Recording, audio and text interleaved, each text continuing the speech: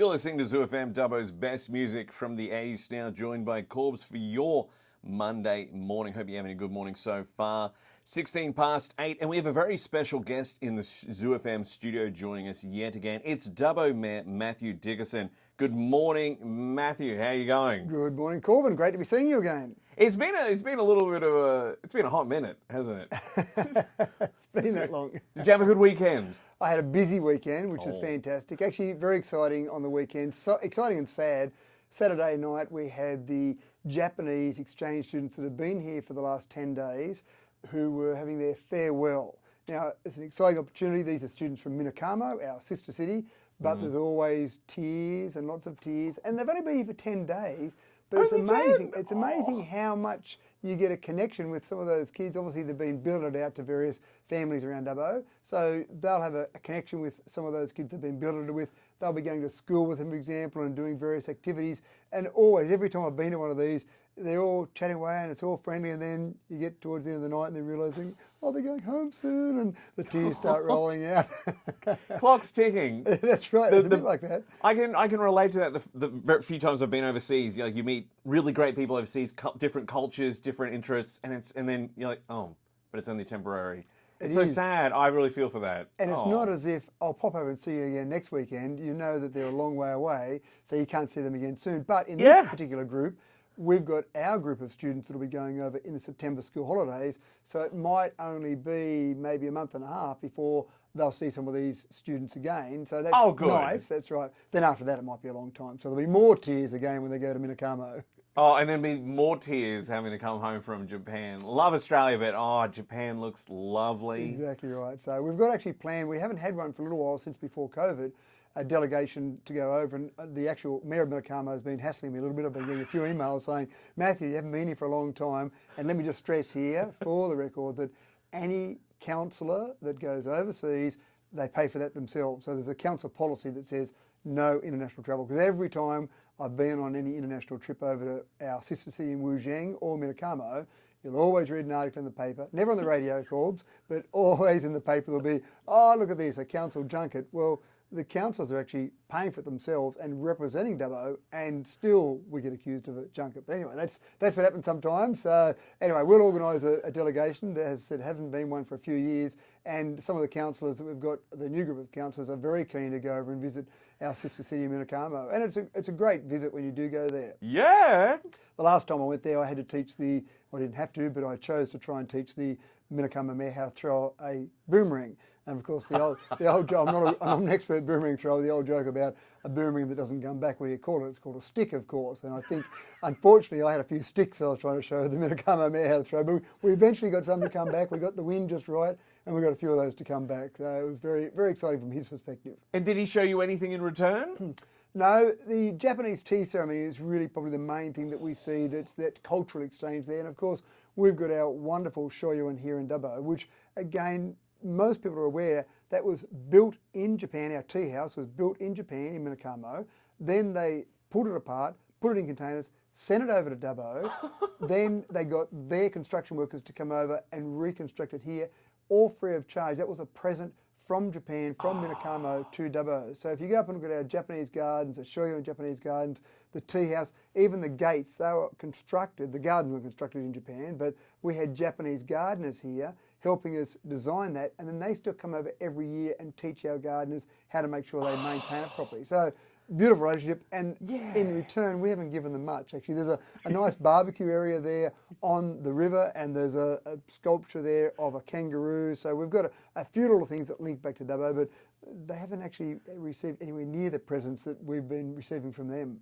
Oh, well, hey, leading up to a big one when you go over? No, not at all, because we haven't got the money to do that. So we need to fix potholes here.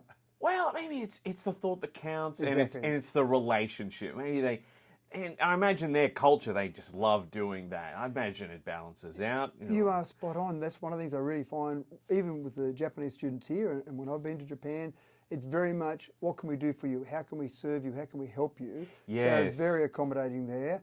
Until you get to the karaoke floor, then it's give me that microphone, I'm going to show you how to sing. And hey, we learn a bit from each other. Exactly. And both get better in different ways. So we're probably teaching them some great Australian sense of humour and that sort of hard working, hard yak attitude. So yeah. Yeah, that's right. Although I must admit, when I've been there, I haven't been able to find Kaysan on the karaoke box. So Oh, that would be a good experience for them. I think that would make up for a lot. That's right. Belting that out, that'd be excellent. Oh, that sounds excellent. And anything?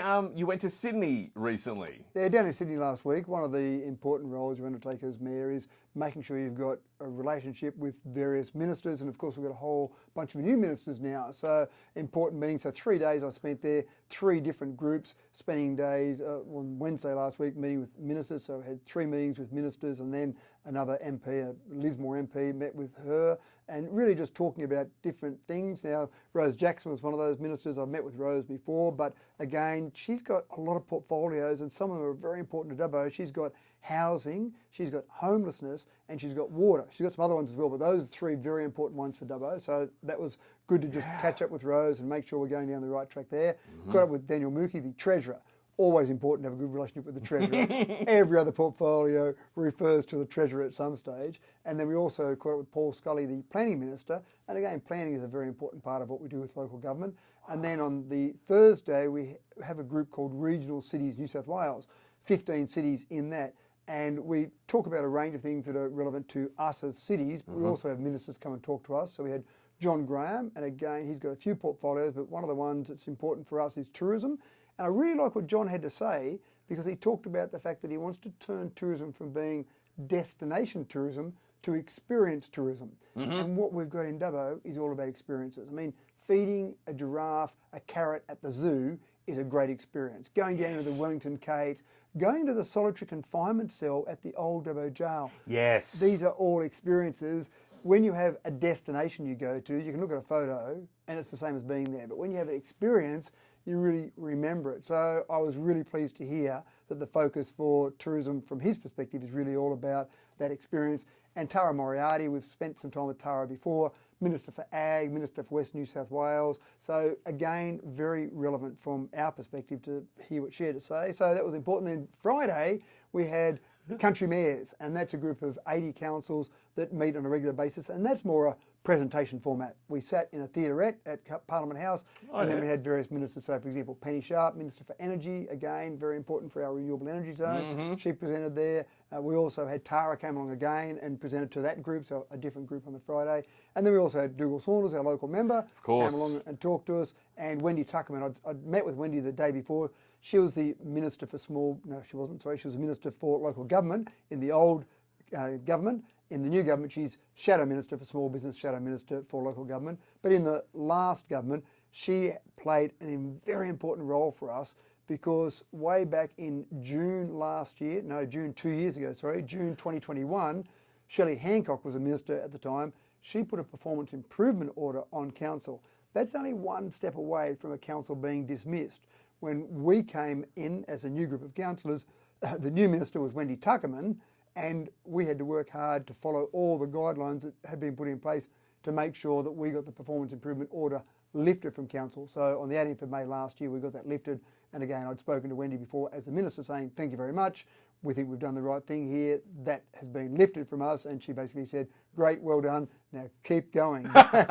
Don't go back to what was happening before, and we won't have any reason to put a performance improvement order on you again. So it was good to catch up with Wendy as well. Goodness gracious, busy. Always busy, that's exactly right. Yeah. This week off to Canberra, similar meetings with federal ministers this time. Oh wow! And then before we, when we were listening to some of the songs before, you mentioned air firefighting. Yeah, aerial firefighting conference. So one of the things people don't realise is that we constantly have these conferences that come through Dubbo, various sizes. Sometimes there might be 50 people here, 100 people here, but they're all adding to our economy. But last week we had the aerial firefighting conference. Now this is an international conference. In this year, this conference will be held in 3 locations: Athens, Seattle, and Dubbo. Wow! So we're not bad in terms of being on the world map there. Yeah! We had probably in the order of 280 people here in Dubbo last week from all over the world, literally all over the world. I went out to the welcome function to welcome them all here officially, and I met some people from the US, I met some people from the UK. In fact, there are about 30 people from the US here, and a lot of this is to do with learning about how people fight fires in various parts of the world. But for example, with California, we've got memorandum of understanding with the equivalent of our RFS in California. So, for example, one of our 737s that's owned by the RFS is in California right now, helping to fight fires, and that's one of the large aerial tankers. And then in our summer, they'll have one of their planes over here helping us fight fires. We also have in Dubbo stationed an RJ-85. That comes from Canada, and that's another large aerial tanker. People often see that sitting out on the tarmac, and we love to see it sitting on the tarmac because that means it's not actually out there fighting fires. So that means there's not a fire going, but when there's a fire going, you'll see that RJ-85 continually land, take off. It picks up the retardant, because it's not just water they use. It picks up retardant here from out at the airport and goes off, helps fight fires, and then comes back, gets that next load of retardant, and away it goes.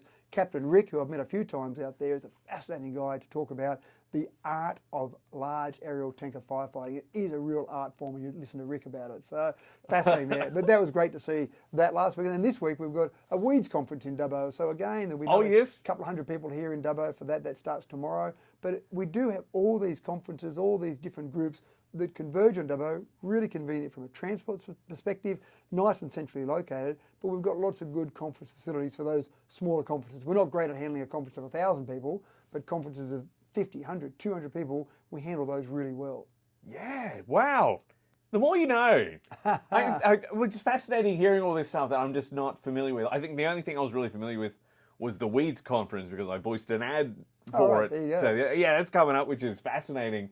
Oh, well, I wish we had more time for that. We better get back to the breakfast schedule we've got this morning. But again, thank you very much for joining us this morning, Mr. Dickerson. My pleasure, Always Robin. a pleasure. Thank you for having me. Well, thank you very much, everybody. That was Matthew Dickerson, Mayor for Dubbo. We're back with Kenny Loggins, Footloose.